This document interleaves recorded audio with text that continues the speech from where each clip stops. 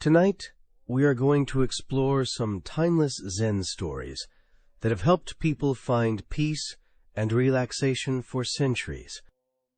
As you listen, notice the small sounds around you, the hum of your room, the faint sigh of air brushing the curtains, or perhaps the soft patter of night beyond your window. Imagine the scent of wet earth after rainfall, the silver shimmer of droplets sliding down a wooden beam, and the quiet rhythm of midnight rain falling steadily on temple roofs deep in the forest. These are not just sounds, they are invitations into calm. Remember, inner peace is never far away. It is here, breathing with you now, waiting in the stillness between each thought. So before you get comfortable, take a moment to like the video and subscribe, but only if you genuinely enjoy what I do here. And if you would like, share your location and local time in the comments so that others across the world can feel this circle of quiet connection. Now, let us ease into tonight's journey together. The monastery lay hidden deep within the forest, a place where the world's noise seemed to fall away. That night, rain began to fall just after the lamps were dimmed, a steady rhythm striking the tiled roofs and dripping into the mossy courtyards. The monks stirred from their mats, not in alarm, but in quiet awareness. For them, the call of midnight rain was no interruption. It was a teacher arriving at the door. One novice, still new to the discipline of sleepless meditation, listened with a heart caught between wonder and unease. The rain was beautiful, yes, but also overwhelming. Each drop seemed to echo his anxious thoughts, unfinished tasks, mistakes he feared, questions with no answers. The forest itself seemed alive, with the weight of water, every branch trembling, every leaf bending.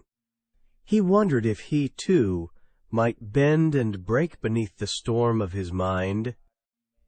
The elder master, seated in the meditation hall, opened his eyes and smiled at the sound. "Do you hear it?" he whispered. "This rain is not against us. It is with us." Each drop is a bell, striking softly, reminding us of impermanence. The novice tilted his head, uncertain. The bell, he understood, the bronze tower chime that called them to practice. But rain is bell. The master explained. When the rain falls, it is here only for a moment, then gone. Just as with our worries, our thoughts, nothing lingers forever. All things arise and pass away, like rain across the roof. This was the Buddha's teaching of impermanence, carried on 1,000 raindrops.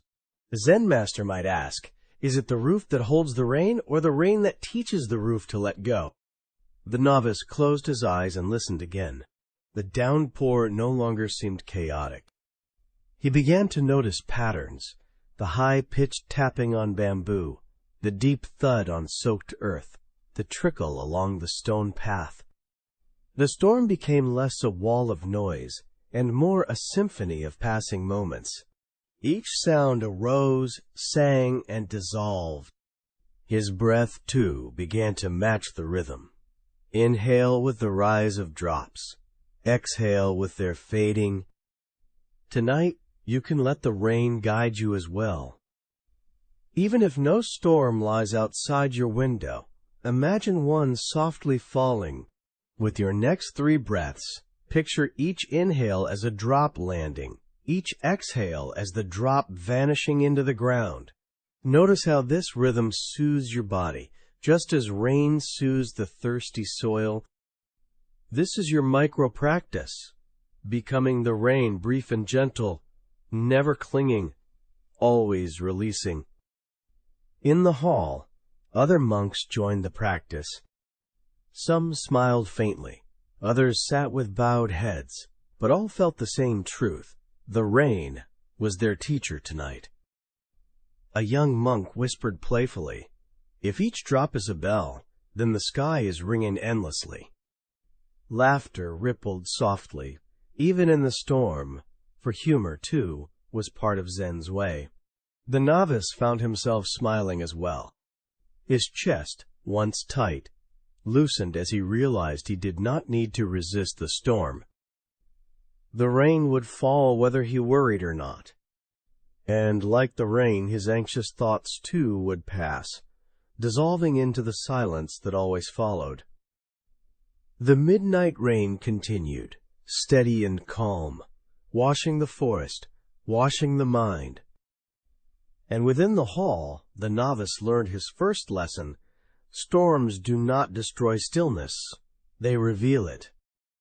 The rain did not end quickly that night. It drummed steadily against the roof tiles, 1,000 tiny rhythms weaving together into something vast and unbroken. The forest around the temple seemed to breathe with it. The bamboo groves swayed, the pine branches bent, and the mossy ground softened, drinking deeply. For the monks, this was no ordinary storm. It was an orchestra of impermanence, a meditation played not by hands but by clouds. The elder master raised his palm gently and said, "Listen, not with your ears only, but with your whole being." The novices sat straighter, their robes gathered around their knees, eyes half closed. The master continued, "The rain does not ask whether you approve of it. It falls because that is its nature. And yet, if you open yourself fully, it becomes a teaching. It speaks of change, of release, of the truth, that nothing clings forever." One novice shifted uneasily, his thoughts still tangled. "But the sound is so loud," he whispered. "It keeps me from hearing my breath." The master nodded. "Yes, that is its gift. When sound overwhelms you, it forces you to surrender. Can you find the stillness that exists even within the noise?" This was the teaching of mindfulness, through listening, an everyday doorway into meditation. In Buddhist practice, sound is not distraction, but invitation. To notice a sound fully, without judgment, is to be anchored in the present. A Zen master might ask, is the sound outside, or does it arise within your listening? The novice closed his eyes and tried again. The storm no longer felt like an enemy pressing against him. Instead, it was a current he could float upon. Each drop against the roof became part of a pattern. Each rush of wind part of a story that began and ended within seconds. He realized that his breath had joined that same pattern. Inhale, rise, exhale, fall, like rain itself. For you tonight, this can become practice. Pause and let your ears open to whatever is present. The hum of an appliance, the faint sounds beyond your room, or the silence itself.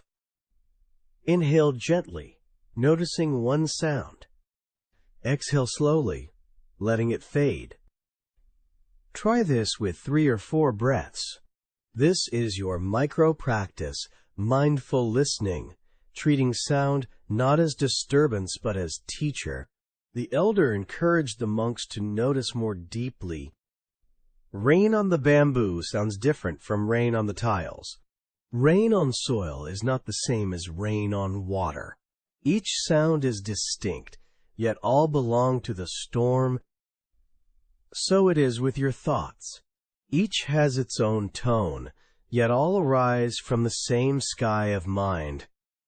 The quirky humor of Zen bubbled up here as well.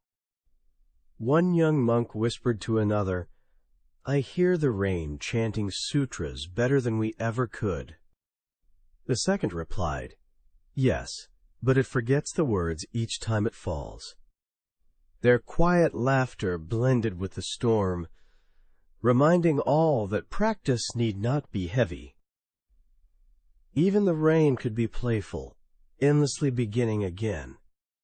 As the hours passed, the novices settled into deeper stillness. The storm outside had not ceased, but inside the hall a quiet calm grew. The boy who once resisted now found himself swaying slightly with the rhythm, as if his body had become part of the forest. His worries still appeared, but instead of clinging, he let them dissolve into the sound of water. A reflective question arose in his mind. If rain can fall endlessly without tiring, can I too breathe endlessly without being consumed by thought? The answer was not given in words, but in the simple truth that his breath continued, steady, joined with the storm. The elder then whispered, "Do you hear the space between the drops? Even in the heaviest storm, there is silence waiting. Find that silence, and you find your own peace." The boy listened closely. At first all he heard was the roar, but gradually he sensed tiny gaps, small pauses, moments where nothing struck, nothing rang. Those spaces, though brief, felt like doors opening into vastness. In modern life, we often treat noise as intrusion traffic, notifications, voices overlapping. Yet the monk's lesson was simple. Listen fully, and even noise reveals stillness. Your mind, like the temple roof, may be struck by endless drops, but silence remains in the spaces between. The novice carried this realization back to his mat. As he lay down, the storm still surged, but he no longer wished it gone. He let the rain sing him to rest, trusting that silence waited within every note. His eyes closed more gently than before, his body softened by listening, and sleep approached like the hush that follows thunder. The rain lingered into the following night, though softer now, more like a steady whisper than a storm. The forest seemed grateful, each tree darkened and nourished, each patch of moss shining with moisture. The air carried a freshness that wrapped around the temple like a cool embrace. The novices gathered once more in the meditation hall, their robes still carrying the faint scent of damp earth. Among them sat one young novice who had not yet found his footing. His heart still pounded with restlessness, and his thoughts churned like clouds that refused to part. He could listen to the rain, yes, but silence itself unsettled him. Silence seemed like an empty hall, vast, echoing, unbearable. Sensing this, the elder master beckoned him to follow. Together they walked to the courtyard where the great bell hung, a massive bronze shape suspended from heavy beams. It glistened with drops that clung to its surface, trembling before falling to the stone floor below. The novice stared at it in awe. He expected the master to strike it, to let its deep note resound across the valley. But the master only stood beside it, motionless. "Do you hear the bell?" the elder asked. The boy frowned, but it has not been struck. The master smiled. But listen more closely. Can you hear its silence?" The novice closed his eyes. At first all he noticed was the absence of sound. Yet as he breathed slower, he sensed something subtler. The bell's presence filled the courtyard even without striking. Its silence was not empty, but full, a vast quiet that seemed to echo within his own chest. This was the teaching of inner resonance. Stillness is not the lack of sound, it is the echo that continues even when nothing outward moves. A Zen master might ask, does the bell sing only when struck, or has it always been singing in silence? The boy's anxious thoughts stirred again. But how can silence comfort me? My mind is loud, my heart restless. The elder guided his hand to the cool bronze surface. Feel this, he said. The boy touched the bell and felt its solidity, its quiet weight. Silence is not emptiness. It is foundation. Your thoughts are the striking, but your awareness is the bell itself, steady, resonant, unbroken. The novice inhaled deeply. He pressed his palm against the bell and felt his breath match its stillness. For the first time, silence no longer frightened him. Instead, it seemed to hold him, like the vast sky holds every cloud without complaint. Tonight you can rest in this same silence. Place one hand softly on your chest as you lie down. With each inhale, feel the rise beneath your palm. With each exhale, feel the release. Imagine your chest as the silent bell, steady and resonant. After 3 breaths, notice how the silence between heartbeats is not emptiness, but presence. This is your micro-practice, becoming the bell that echoes without sound. The quirky play of Zen often danced around this bell. One monk once claimed, "I heard the bell ring yesterday, and it has not stopped." Another replied, "I hear it tomorrow." Their companions laughed, yet behind the humor was truth. Resonance is not bound by time. Silence itself rings eternally for those who listen. The novice returned to his mat later that night with a different heart. The storm of thoughts still arose, but he remembered the bell. He imagined himself as that silent weight, holding every echo without breaking. His restlessness softened. His breath deepened. Sleep touched him gently, like the lingering resonance of a note, long after the mallet has been laid down. The elder, watching quietly, whispered, "The way out is in. Be the bell, not the strike." In modern life, silence often feels uncomfortable, filled quickly with chatter, screens, or noise.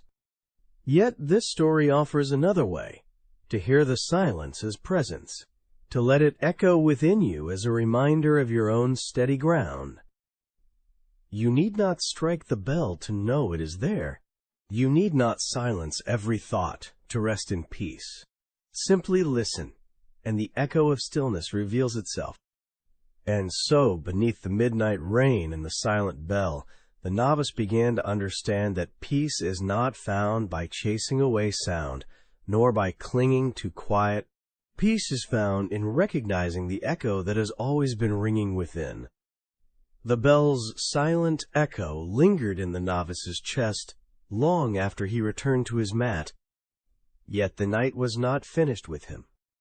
Rain softened into mist, and the forest wrapped itself in a hush that was neither silence nor sound, but something in between. The elder master rose once more, carrying a small lantern, its flame flickering faintly inside the glass. He motioned to the boy, "Come. Tonight, you will walk with the lantern." The novice followed, sandals damp against the stones as they stepped into the courtyard. Mist hung thick, obscuring even the nearest walls. The lantern glowed only a few steps ahead, leaving the rest of the world hidden in haze. The boy shivered. "I cannot see where the path goes," he admitted. The master lifted the lantern slightly, its glow widening just enough to show the next stone. "That is all you need," he said.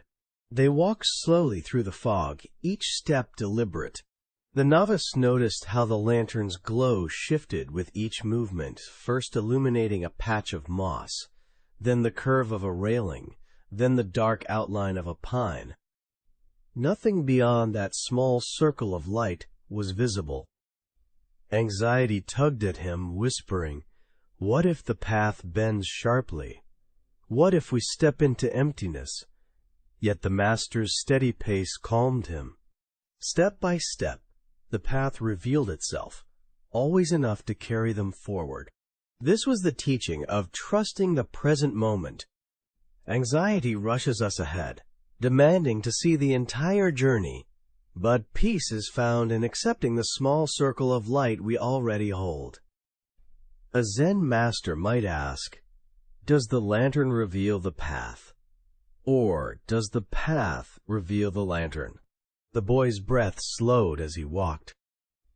He realized that he had often lived in fear of what lay beyond his sight, failures not yet made, questions not yet answered. Yet here, in the fog, he could only step where the light allowed. That was enough. Tonight, you can practice this as well. Imagine yourself walking through mist with a lantern in your hand. As you inhale, picture lifting one foot, steady and calm. As you exhale, picture placing it down gently within the circle of light. Repeat this for 10 breaths. This is your micro-practice, trusting one step, one breath, one moment. The quirky spirit of Zen often turns such walks into playful teachings. One monk, lost in fog, declared, "I see nothing beyond my nose, yet still I arrive." Another placed his lantern low to the ground and laughed. "See, even the earth glows if you bow low enough." Their humor softened the fear of uncertainty, showing that the unknown need not be frightening. As the boy walked, the lantern flame wavered in the damp air, yet it never went out. He noticed how even the faintest glow was enough to guide him. His chest loosened. He whispered to himself, "I do not need to know the end. This step is enough." The master, hearing, smiled in approval. They crossed a wooden bridge, its rails slick with mist. The novice paused halfway, gazing into the fog where the river should have been, but was now invisible. He felt no fear. The lantern's light shone on the planks beneath his feet, and that was sufficient. He realized that peace did not come from seeing everything clearly, but from trusting what was given.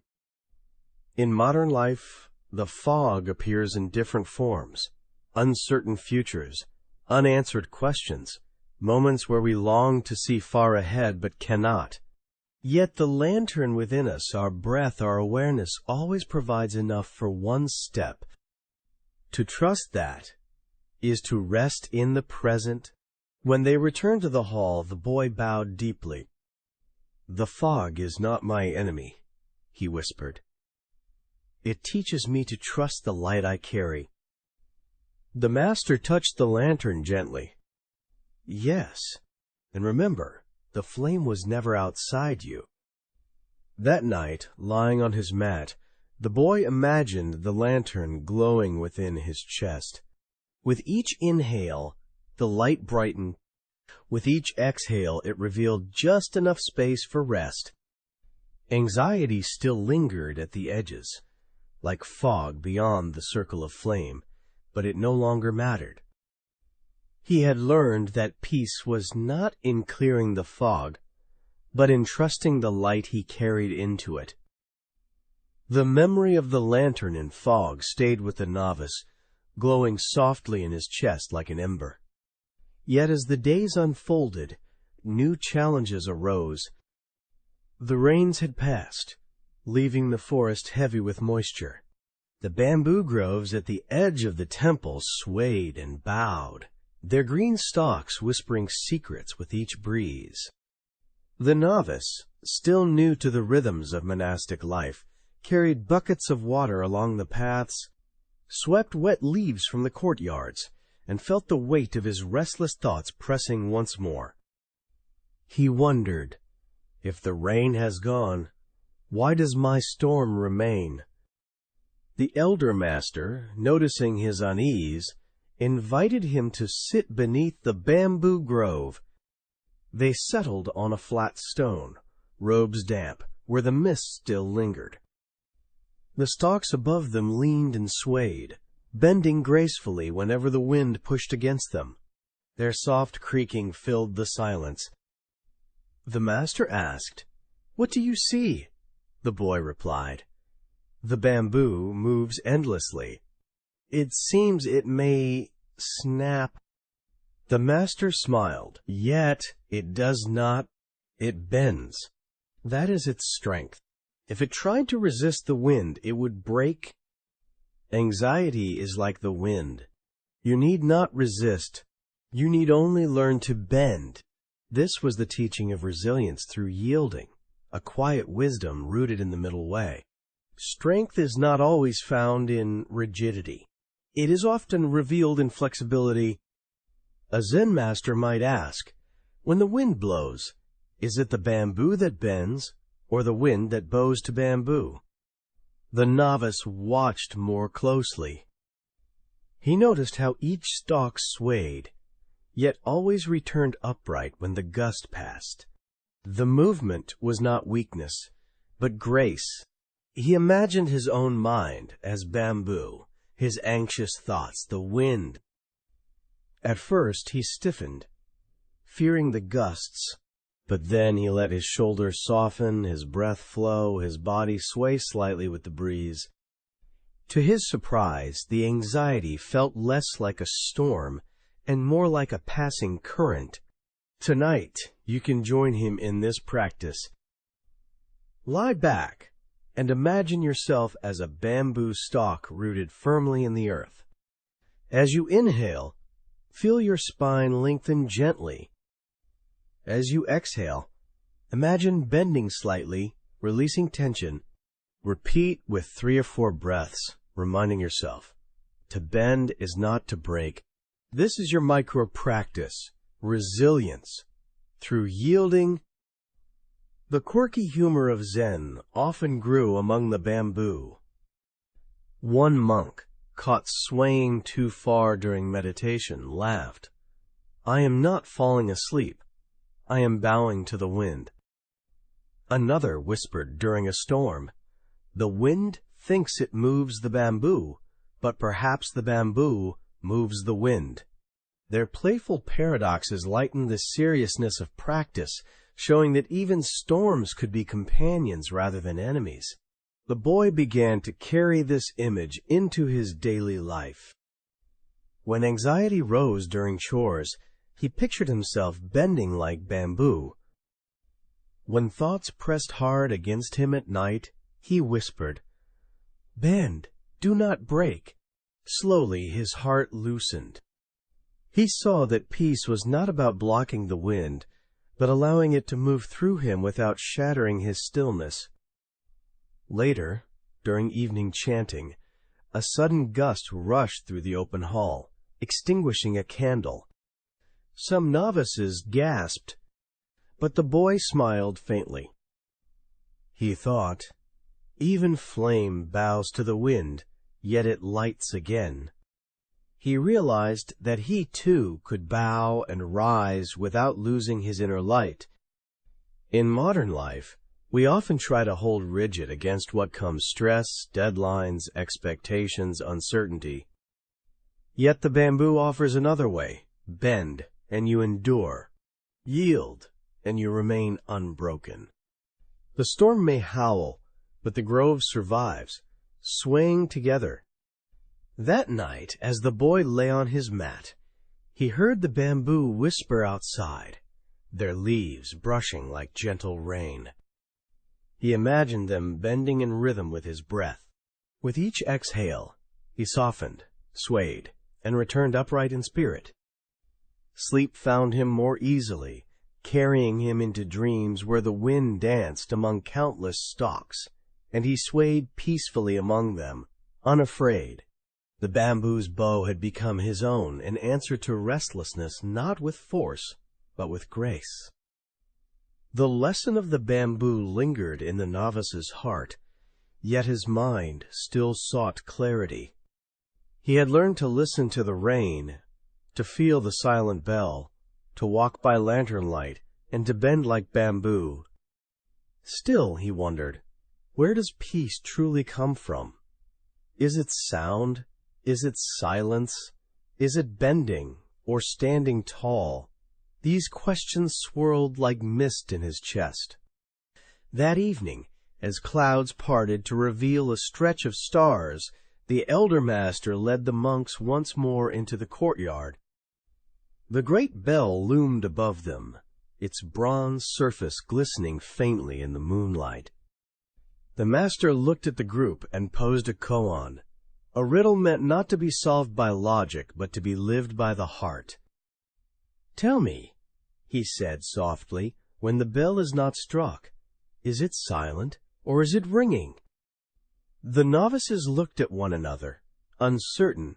One said, "It is silent, master." Another shook his head. "No, it is ringing, but we cannot hear it." A third murmured, "Perhaps it is neither silent nor ringing, but something beyond both."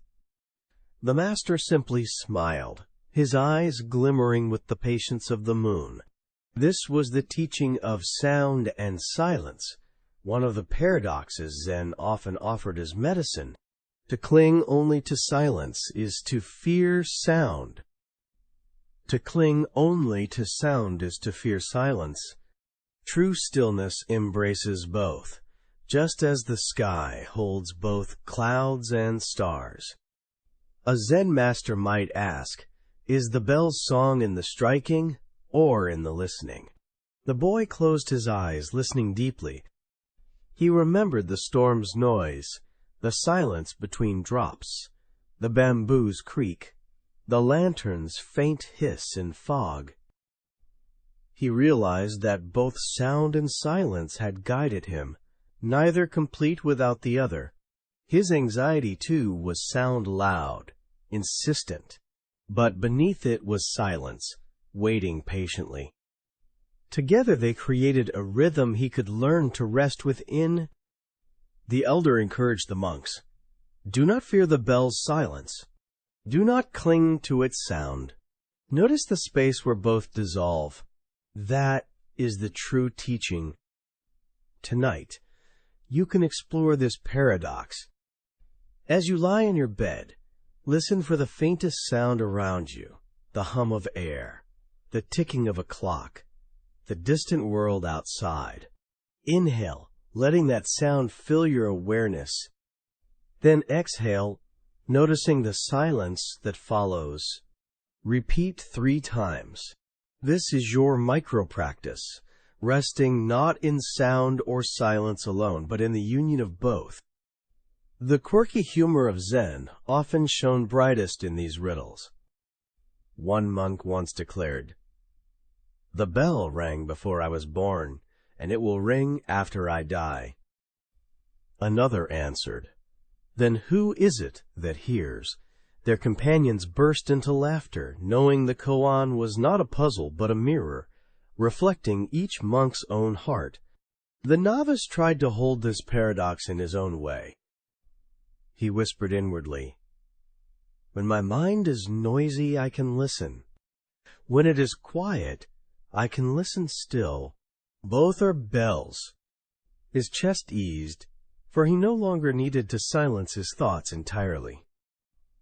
He could let them ring, let them fade, and know that peace remained beneath. Later that night, he sat alone in the courtyard, gazing at the bell under moonlight. He felt its presence even without sound, as though the valley itself vibrated with a song too deep for ears.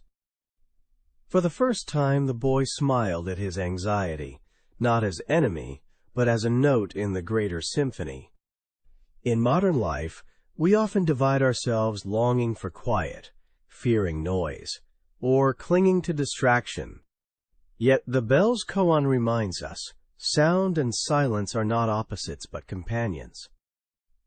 To rest in both is to find a peace that no storm can shatter. The novice lay down that night and listened to his breath as though it were a bell. Inhale, sound. Exhale, silence. Inhale, the world. Exhale, the space that holds it. Slowly, his thoughts became less demanding, his body more at ease. He drifted toward sleep, carried by the paradox that sound and silence are one. The bell's koan remained unanswered, and yet in that unanswered space the boy discovered stillness.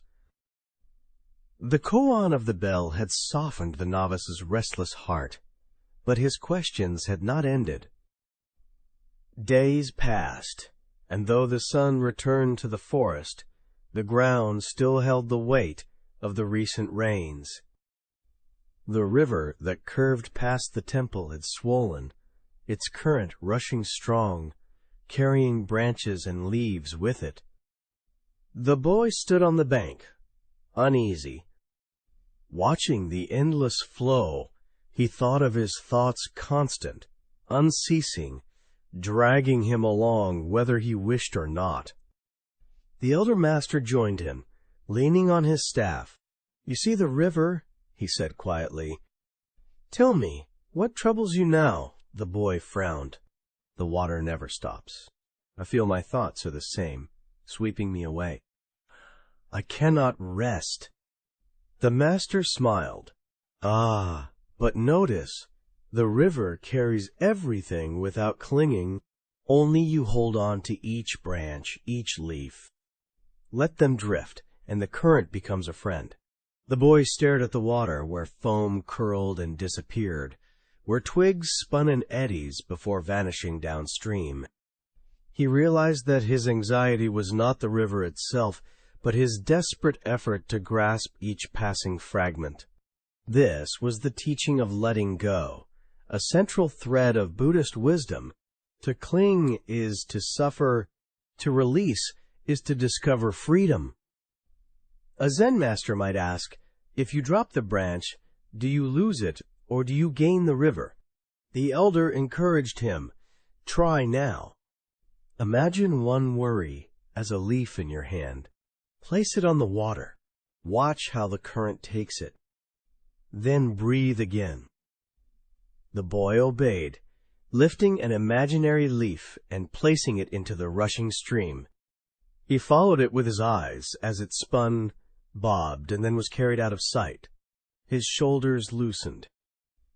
He felt space in his chest where the worry had been. Tonight, you can practice this as well. Picture a river flowing gently before you. With each inhale, notice a worry rising big or small. With each exhale, place that worry onto the river and watch it drift away. Repeat this with 3 or 4 breaths. This is your micro-practice, letting your river carry the weight you no longer need to hold. The monks of the temple often found playfulness in the river. Some built small paper boats, placing their names or fears written inside, then laughing as the water carried them away. Others dipped their feet in the current, declaring, "The river carries even my stubbornness." Their humor softened the act of letting go, turning it from burden into joy. The boy began to see the river differently. Instead of fearing its power, he began to trust its flow. His thoughts still rose endlessly, but he no longer tried to dam them. He let them drift, one by one, until what remained was the wide, steady movement of the stream itself. As evening fell, the boy and the elder sat together on the bank. Fireflies appeared, their small lights dancing above the water.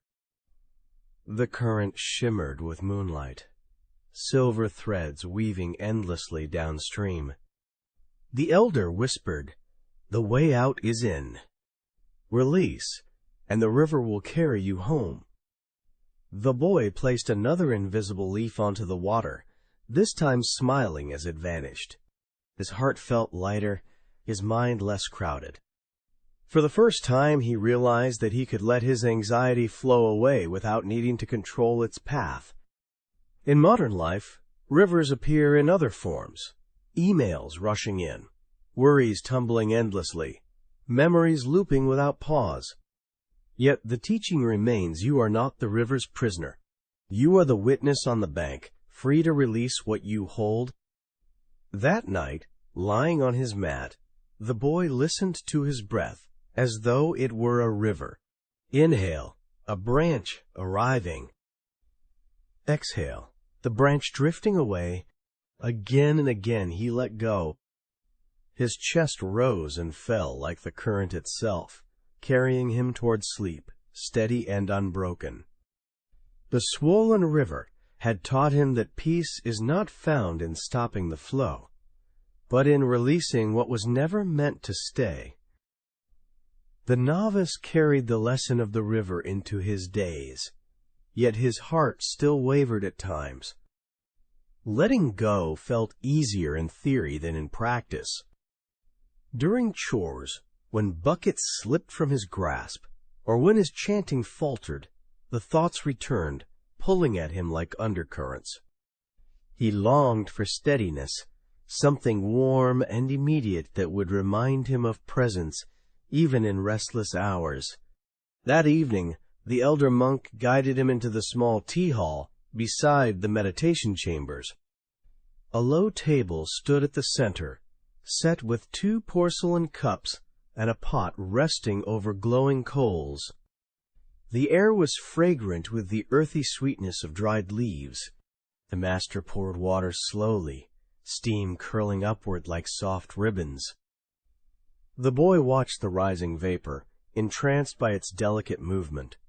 Tea, the elder said, is the practice of emptiness.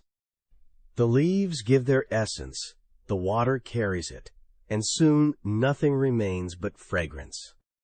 He poured until 1 cup brimmed dangerously. A drop spilled, running down the side. The boy flushed, remembering his own anxious overflow. The master smiled. When your mind is too full, peace spills away. Only by emptying can you drink deeply. This was the teaching of mindful presence, expressed in the simplest ritual. Anxiety is like an overfilled cup. Too many thoughts, too many what-ifs. To empty is not to lose, but to create space. A Zen master might ask, is the tea found in the cup or in the steam that disappears? The boy lifted the cup, the warmth spreading into his palms. He inhaled deeply, the scent calming his restless mind. With his first sip, he felt the liquid move down his throat, settling in his chest like a gentle flame. For a moment, thoughts loosened. There was only the taste, the warmth, the breath. Tonight, you can join in this simple ritual. Imagine holding a warm cup between your hands. Inhale, breathing in its rising steam. Exhale, releasing 1 thought into the air. Repeat 3 times. This is your micro-practice, drinking the present moment, emptying the mind's overflow. The quirky humor of Zen often spilled into tea practice. One monk, noticing his cup half full, laughed. It seems my worries drank before I did. Another declared, even emptiness tastes sweet when steeped with awareness. Their laughter reminded all that presence could be light-hearted, not solemn. The boy sipped slowly, noticing how the steam vanished into the air, leaving nothing but memory. He realized that his anxious thoughts were the same, rising, lingering briefly, dissolving without trace. He whispered, I too can empty. Sip by sip, his shoulders softened, his breath eased. As they finished, the master tilted the empty pot and showed the boy the faint curl of steam escaping. Do you see? The tea has given itself fully. It clings to nothing, yet its fragrance remains. Can you live so freely, giving yourself to each moment without fear of vanishing? The boy bowed his head. I will try. And in that moment he felt lighter, less bound to the need to control or to hold. In modern life, tea may not always be at hand, but the lesson remains. You can pause, Notice the warmth of your breath, the rising and fading of sensations. You can sip the present moment knowing it will pass, but also knowing that its essence remains in you. That night, as the boy lay on his mat, he imagined the steam curling upward, carrying his worries away. He felt his body grow warm, his mind more spacious. Sleep came gently, like a sip of tea swallowed in darkness, leaving only calm. The tea steam of the night had become his reminder. Peace is not in holding, but in savoring and releasing. The fragrance of tea lingered in the novice's memory long after the last drop had vanished. For several nights he rested more easily, letting thoughts drift upward like steam. Yet as the moon waned, and shadows stretched longer, unease returned in another form. This time it was not the rush of thoughts, but the gnawing of restless, craving the sense that something was missing, that he must grasp at answers, approval, or comfort to feel whole. One night, as the temple grew still and lanterns dimmed, the boy confided in the elder, "Even when I release one worry, another rises. It is like a mouth that cannot close, always hungry." The master listened with a patient gaze. "You have met your hungry ghost," he said. The boy stiffened. He had heard tales of preta hungry ghosts with narrow throats and swollen bellies, cursed to wander endlessly in thirst and craving.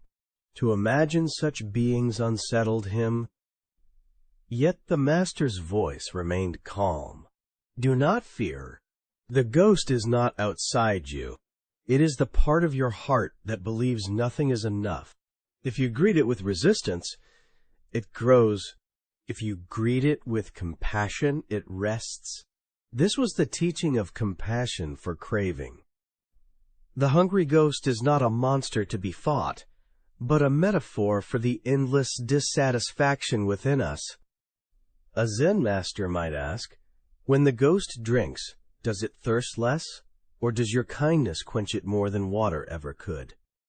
The elder led the novice to the temple gate, where moonlight cast long shadows across the ground.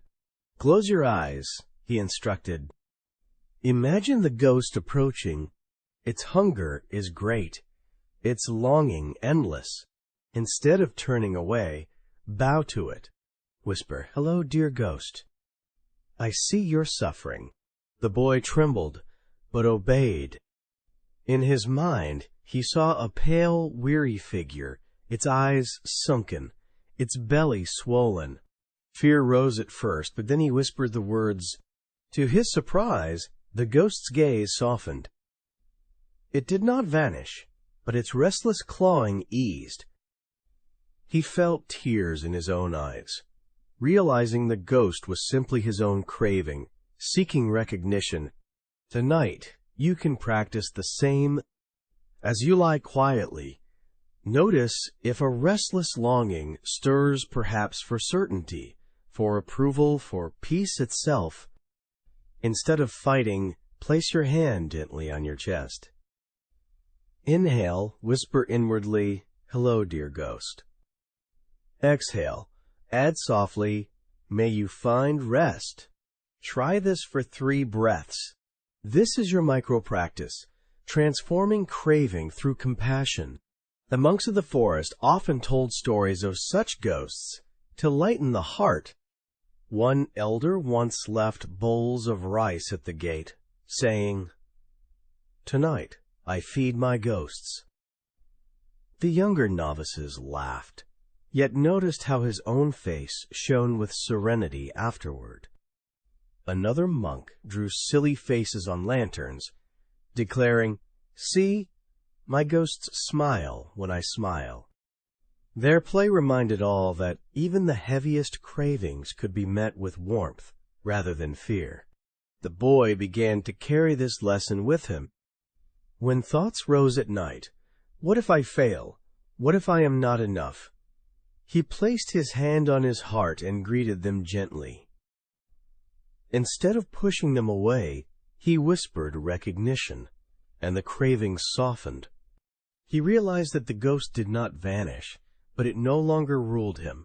Later, during a communal meal, the novice smiled faintly when a fellow monk sighed in frustration at an empty rice pot. "The ghost is hungry," the boy said kindly, "but perhaps it only wants to be seen." The others chuckled, but the elder nodded approvingly. In modern life, hungry ghosts appear everywhere, scrolling endlessly for news, refreshing screens for validation, longing for one more purchase or achievement. Yet the practice remains. Greet the craving with compassion. Say, "I see you. May you rest." Even restless hunger begins to soften in the light of kindness. That night, the boy returned to his mat with a gentler heart.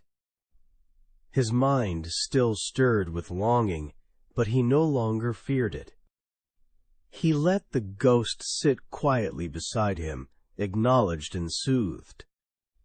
His breath slowed, his chest eased, and sleep found him as moonlight bathed the courtyard. The hungry ghost had not been banished, but embraced, and in that embrace the novice discovered a new depth of peace. The boy had faced the hungry ghost within him, and though it no longer frightened him, he still felt its presence. Some nights, even after whispering kindness to his restless cravings, he would lie awake, sensing that his mind left patterns behind, like grooves carved into sand. He wondered if these patterns were permanent, if his worries would always return in the same shapes. Sensing this unease, the elder master led him one misty evening to the temple's stone garden. A square of white sand stretched before them, bordered by low wooden beams. Stones of different shapes stood like islands across the surface. Earlier that day, novices had raked careful patterns into the sand, smooth lines flowing like waves around the stones. But now, after hours of rain, the patterns were blurred, softened into new forms. Drops still clung to the edges, glistening in the lantern light. "Do you see?" the master asked. "Impermanence speaks here too. The lines you thought would last are gone. Yet the garden is still beautiful. It is never ruined, only changed." The novice gazed at the erased lines and felt a breath of relief. His thoughts, too, might not leave scars. Perhaps they were only patterns, drawn and redrawn, never fixed. This was the teaching of impermanence in its quiet form. Anxiety etches grooves into the heart, but none are permanent. A Zen master might ask, when the rake is lifted, where do the lines go into the sand or into your mind? The elder handed him a rake. "Try," he said. The boy hesitated, then drew the rake slowly through the sand. The lines formed unevenly at first, his hands trembling. But as his breath steadied, the lines grew smoother, curling gently around each stone. He realized the stones were not obstacles, but anchors that shaped the flow of the garden. His worries, too, could shape rather than ruin him. Tonight, you can rake your own inner garden in imagination. Inhale, picture lifting the rake. Exhale, imagine drawing one long, even line through soft sand.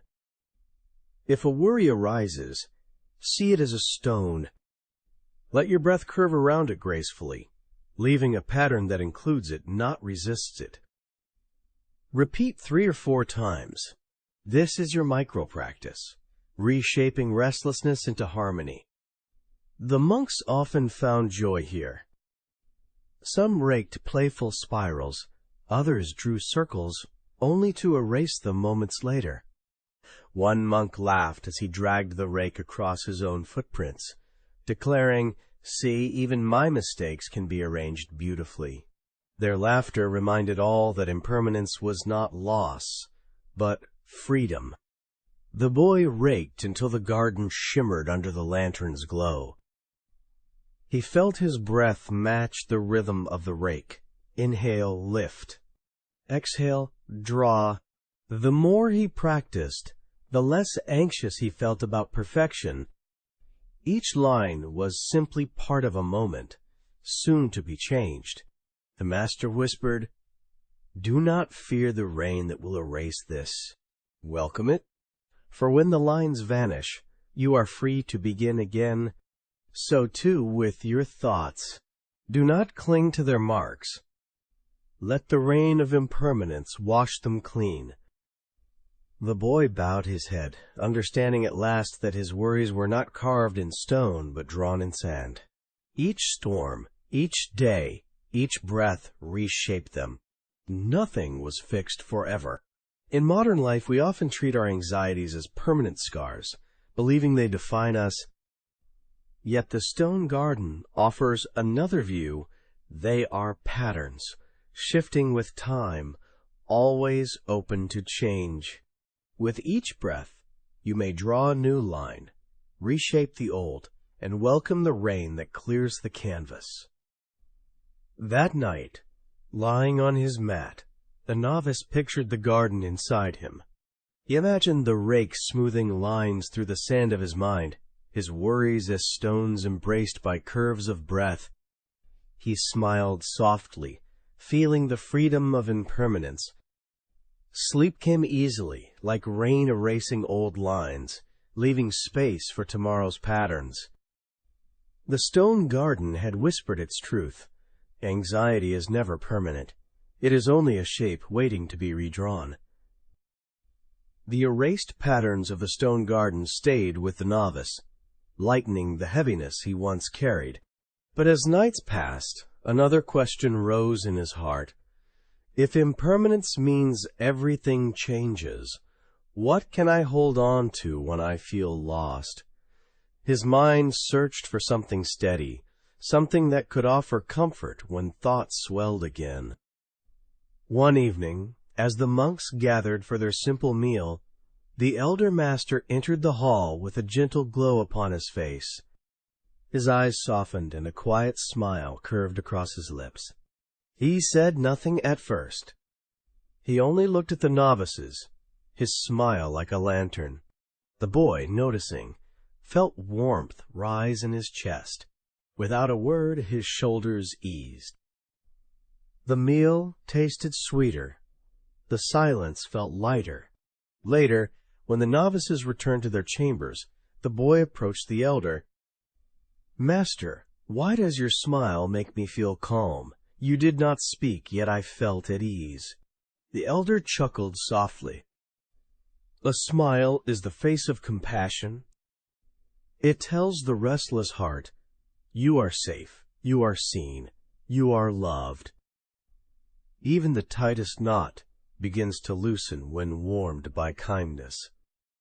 This was the teaching of loving kindness, or metta. Compassion is not only a gift to others, but also to ourselves. When anxiety arises, we can greet it with the same gentle smile we would offer a friend. A Zen master might ask, "When you smile at your fear, who comforts whom, the smile or the fear?"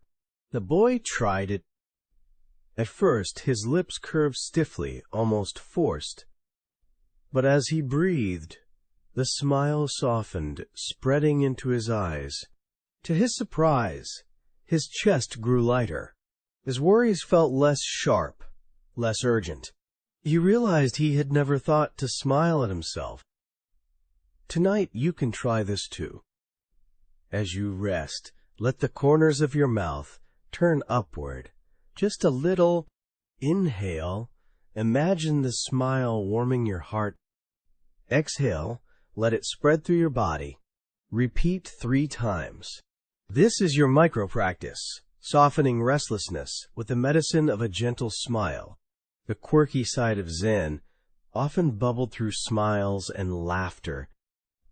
One monk, when asked how he overcame fear, burst out laughing so loudly that birds startled from the trees. Another monk, teased for smiling constantly, replied, "I smile because even my frown would be impermanent." Their play reminded everyone that kindness could be light-hearted, not heavy. The novice began to carry his smile into daily life. When a bucket spilled, he smiled faintly, whispering, "Water has chosen its own path."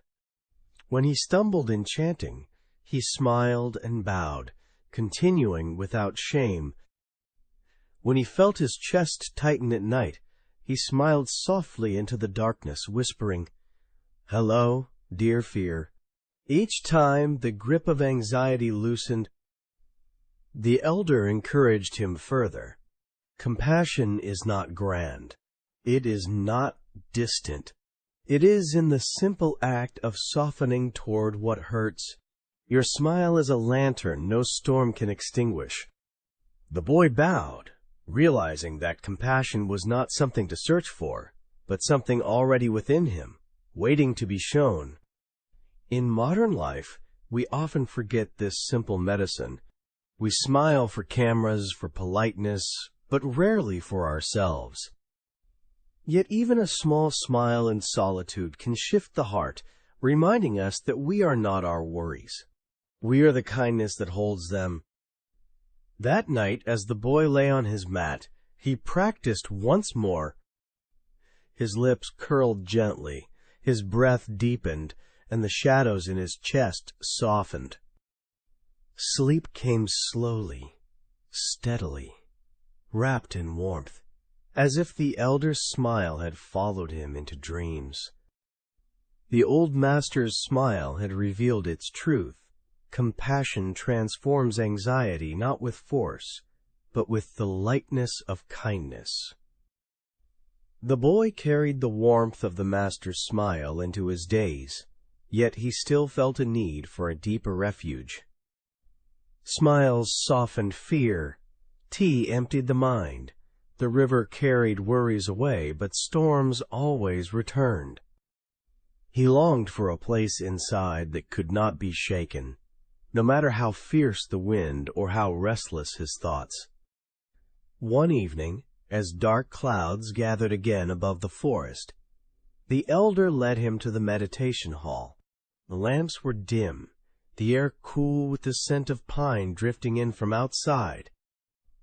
The elder placed a cushion in the center and gestured for the boy to sit. "Tonight," he said, "you will discover the island within." The boy folded his legs, closed his eyes, and tried to focus on his breath. But almost immediately, the storm outside began to echo within him.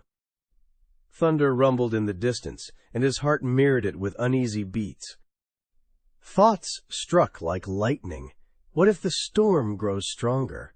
What if I cannot sit still? What if I fail again? His body tensed, his breath shallow. The master's voice broke gently through the noise. "You are not the storm. You are the island upon which the storm passes. Feel the ground beneath you, solid, steady, unmoved by thunder. This is the refuge that has always been here." The boy breathed again. He imagined himself as an island rising from the sea. Waves crashed against its shores. Winds howled across its cliffs, but the island did not vanish. Deep within, roots of stone held steady. Slowly, his chest loosened. His breath deepened, like the slow tide washing against sand. This was the teaching of refuge, of finding stability within awareness itself. The Buddha once spoke of taking refuge in the Dharma, the Sangha, and in awareness. A Zen master might ask, is it the island that holds the waves, or the waves that reveal the strength of the island? The boy's imagination grew clearer. He pictured palm trees swaying, but never uprooted, birds finding rest, even as clouds darkened overhead. He realized his anxious thoughts were only waves, loud, restless, temporary, but beneath them he was the ground, steady and safe. Tonight, you can practice this too. As you lie in bed, imagine yourself seated on a small island. Around you, waves may rise, winds may rush, but beneath you is solid earth. Inhale, feel your body rooted. Exhale, whisper inwardly, I am safe here. Repeat for 3 breaths. This is your micro-practice, finding the refuge that no storm can erase. The monks often spoke of their own islands with humor. One elder, meditating during a storm, laughed afterward. The thunder tried to scare me, but it only reminded me of my heartbeat. Another joked, my island is so steady, even ghosts come to nap upon it. Their laughter reminded all that refuge was not rigid, it was gentle strength, lightened by joy. The boy practiced night after night. When thoughts rose sharply, he pictured the island, steady beneath him. When anxiety swelled like waves, he let them crash, knowing they could not drown the ground he sat upon. Slowly, his fear of storms faded. Instead, he welcomed them, for they reminded him of his hidden refuge.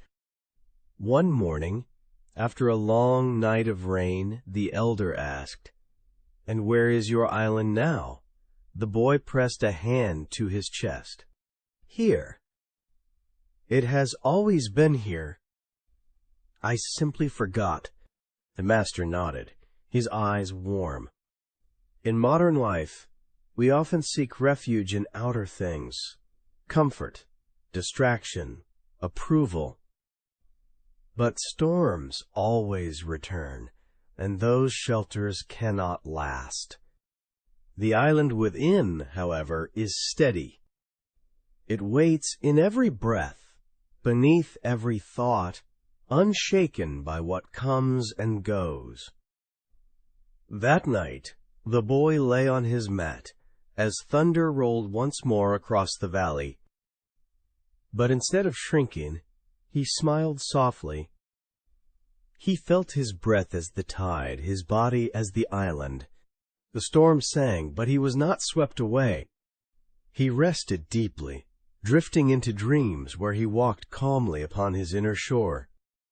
The island within had revealed itself, and with it, the boy discovered a refuge that no storm could ever take. The island within gave the novice new steadiness. He could sit through storms without being carried away, and his breath had become more rooted, like trees that had weathered countless seasons. Yet life at the monastery still carried moments of uncertainty. One morning, the valley was covered in thick fog, denser than any he had seen before. The path beyond a few steps vanished into whiteness. The trees themselves seemed ghosts, their outlines blurred and shifting. That evening, the elder monk beckoned him again with a small lantern. The faint flame flickered, barely able to pierce the mist. "Come," the master said. "We will walk together." The boy's stomach tightened. "But, master, I cannot see where the path leads." The elder smiled gently. "And yet, do we ever? The fog only makes clear what is always true." They stepped onto the stone path. The boy clutched the lantern carefully, holding it out before him. Its light revealed only a small circle 3 or 4 stones ahead. Beyond that, nothing but thick fog. His anxiety stirred. What if the path turns suddenly? What if we walk into emptiness? The master's steady pace calmed him slightly, but still he longed to see further. "This lantern," the elder explained, "is like your awareness. It cannot show the whole journey, but it can guide the next step. That is all you need. Trust the circle of light." The boy inhaled, exhaled, and placed his foot on the next stone. Then another. With each step, the fog parted just enough. Slowly, he realized that he was safe. He did not need to see the end. The lantern gave him enough. This was the teaching of trust in the present moment. Anxiety rushes us forward, demanding certainty. But peace lives in this step, this breath, this moment of light. A Zen master might ask, is the path hidden by the fog, or revealed by each step you take? The boy's shoulders loosened as he walked. He noticed how beautiful the mist was, how it softened edges and wrapped the world in gentleness. His fear of the unknown shifted into quiet acceptance. He whispered, "This step is enough. Tonight you can walk with the lantern as well. Close your eyes, imagine yourself holding a small light. Around you is mist, uncertain and vast. With each inhale, picture lifting your foot. With each exhale, picture placing it gently on solid ground. Repeat this for 10 breaths. This is your micro practice, trusting one step, one breath, one circle of light." The monks often turned fog into playful teaching. One, wandering lost, pretended to bump into invisible walls, laughing, "I found the house of clouds." Another lowered his lantern to the ground and said, "See, even the earth glows when you bow." Their joy reminded all that uncertainty need not be frightening. It could be playful, even tender. The novice reached a wooden bridge hidden deep in fog. He stopped, nervous. "I cannot see the river below," he admitted. The master nodded. "Do you need to?" The boy took a slow breath and stepped forward. The planks held. His heart beat faster, but the lantern revealed each board, one at a time. By the time he reached the far side, his fear had softened into gratitude. When they returned to the hall, the elder placed the lantern before him. "Remember," he said, "you do not need to clear the fog. You need only trust the flame you carry." That night, lying on his mat, the boy pictured the lantern glowing inside his chest. His breath was the flame, steady and calm. Anxiety still hovered like mist, but it no longer felt dangerous. He realized that peace did not come from knowing the whole path, but from trusting each step along the way. The lantern in fog had given its lesson. Uncertainty is not an enemy, but an invitation to walk slowly, one breath at a time. The night after the lantern walk, the novice lay awake long after the others had drifted to sleep. His body was still, but his mind wandered restlessly. He thought of the fog, of the river, of the bamboo, of the bell. All these teachings felt like fragments, pieces of a puzzle that had not yet come together. What is the true sound of peace, he wondered. Is it silence? Is it laughter? Is it the storm itself? The elder seemed to sense these questions even before the boy spoke them aloud. At dawn, he invited the novice to walk with him into the valley. Mist lingered low over the fields, and dew sparkled on the grass. They walked in silence until they reached a clearing where sound traveled easily. The elder turned, his eyes soft. "You have heard rain as a teacher, silence as a bell, fog as a lantern. Now listen for what continues after all sound fades." He gestured to the valley, then struck a small handbell he carried. Its tone was pure and round, rising into the air like a bird taking flight. The novice closed his eyes, listening. The sound filled him completely. Then it softened, fading, until only silence remained. But even in silence, something lingered. A resonance. Not sound exactly, not silence either. A presence that seemed to hum in his very bones. "Do you hear it?" the master asked. The boy opened his eyes slowly. "Yes." "The bell is gone, yet it is still here." The elder smiled. "That is compassion. It continues after the striking ends. When you act with kindness, its echo remains long after the words are spoken. When you release anxiety, the stillness continues long after the thought fades." This was the teaching of resonance, the truth that compassion and awareness ripple beyond each moment. A Zen master might ask, is the echo in the valley, or in the one who listens? The novice sat quietly, letting the echo sink into him. He realized that his anxious thoughts, too, could fade like the bell's sound. They might begin loudly, insistently, but eventually they would dissolve. What mattered was noticing the resonance that remained peace, calm, the subtle vibration of presence. Tonight, you can listen for echoes as well. Inhale, imagine a bell ringing softly in your chest. Exhale, listen for the echo that lingers after the note fades. Repeat this for 3 breaths. This is your micro-practice, resting not only in the sound, but in its tender afterglow. The monks often joked about echoes. One would call out into the valley, then laugh when his own voice returned, saying, "It seems even the mountains agree with me." Another claimed, "The echo is wiser than my words, for it speaks with fewer." Their humor softened the teaching, showing that echoes were companions, not mysteries. The novice, too, began to notice echoes everywhere. When the rain ended, the scent of wet earth lingered.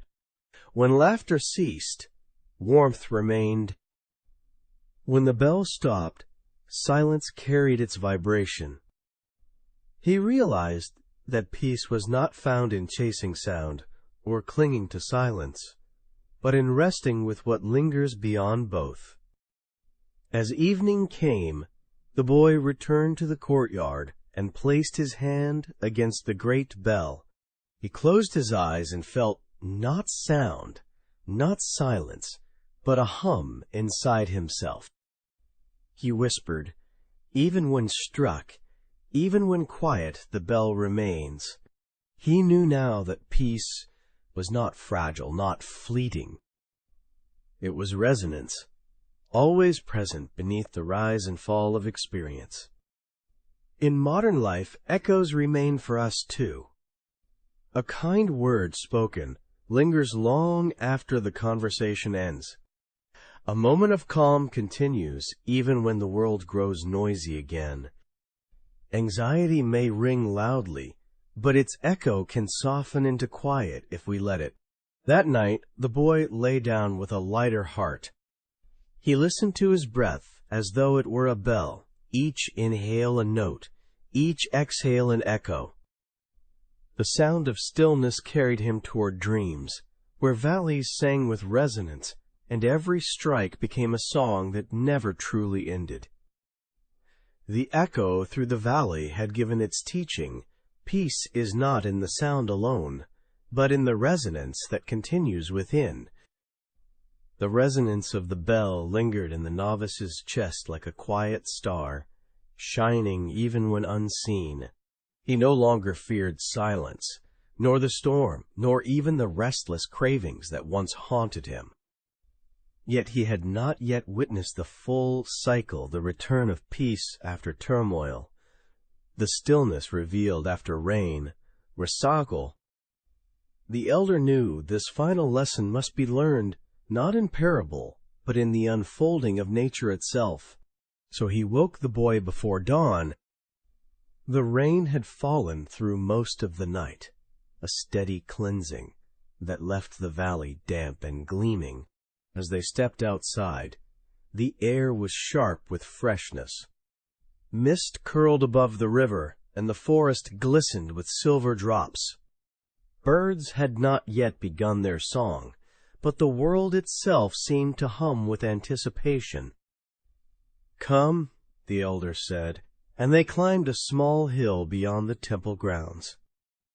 At the summit the boy paused, breathless not from exertion, but from the sight before him. The eastern horizon glowed faintly, a soft blush of light breaking through torn clouds.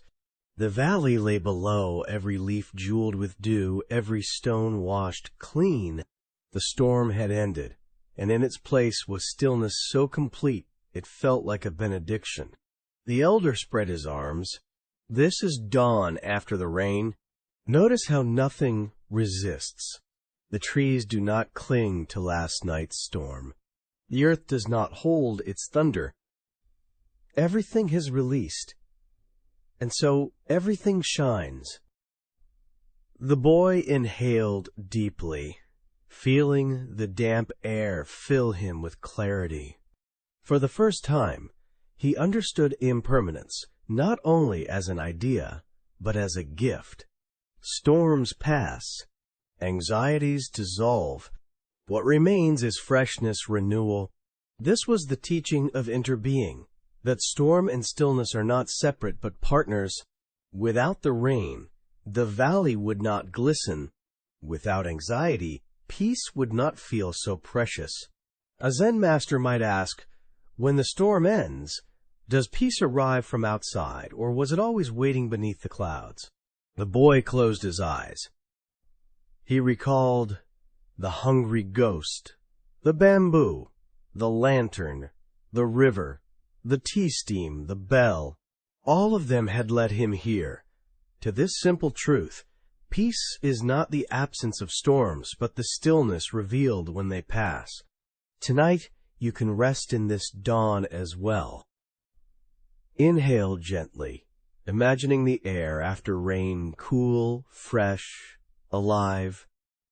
Exhale slowly, picturing dew sliding from leaves, releasing the weight of the storm.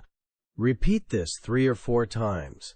This is your micro-practice, welcoming the freshness that follows release. The monks on the hill often greeted dawn with quiet humor. One yawned deeply and said, "Even the sun rises late after a long rain." Another pointed to droplets sparkling on spiderwebs, whispering, "See, even the spiders weave jewels when storms pass." Their lightness reminded all that dawn was not only sacred, but playful. The novice watched the first rays of sunlight strike the great bell in the courtyard below. Its bronze surface gleamed, no longer wet, but radiant. He thought of the echo he had felt in his chest, and realized it was the same as this morning light, not created anew, but revealed after the darkness moved on. The elder placed a hand on his shoulder. "Now you see the truth. Rain teaches release. Dawn teaches renewal. Compassion teaches that even anxiety carries within it the seed of peace." Tears welled in the boy's eyes, not of sadness, but of relief. He had feared that his restlessness would never end. Now he understood it would return, yes, but it would also pass. And each time it passed, the dawn within him would shine brighter. In modern life, too, dawn waits for us. After nights of worry, mornings always arrive. After storms of thought, breaths always steady. Even when clouds seem endless, the sky holds light behind them. Peace is not gone. It is waiting, patient as the sun. That night, lying once more on his mat, the boy did not resist his thoughts. He let them rise like clouds, let them drift, let them fade. Beneath them, he felt the same quiet radiance as the dawn. Sleep came softly, like light seeping across the horizon, carrying him into dreams where the forest glistened endlessly after rain. The path had come full circle. The novice had walked through storms, fog, echoes, and silence, and now he knew peace was never elsewhere. It was always within, revealed each time he released the weight he carried. Dawn, after the rain had shown him the final lesson. Stillness is not found. It is remembered. Now, as you settle into your own quiet night, imagine the forest after rain. The air is cool and fresh, the earth soft beneath you, the sky slowly clearing. Each breath you take is like a drop of dew sliding from a leaf, gentle, complete, releasing what is no longer needed. Inhale slowly and feel that freshness enter your body. Exhale softly and let it wash away the weight of the day. Again and again, your breath becomes the rain that cleanses, the dawn that renews. Picture yourself walking along a path in the valley. The storm has ended, the lanterns are dim, and only the soft light of early morning guides you. Every tree sparkles with moisture, every stone glows. The silence around you is not empty, but alive, filled with echoes of compassion, echoes of stillness. You pause beside the great bell, its surface gleaming with the first rays of sun. You do not strike it. You do not need to. You simply rest your hand against its bronze side and feel its quiet hum. That hum is your own breath, your own heart, steady and kind. The way out is in. You do not need to chase peace. You do not need to force stillness.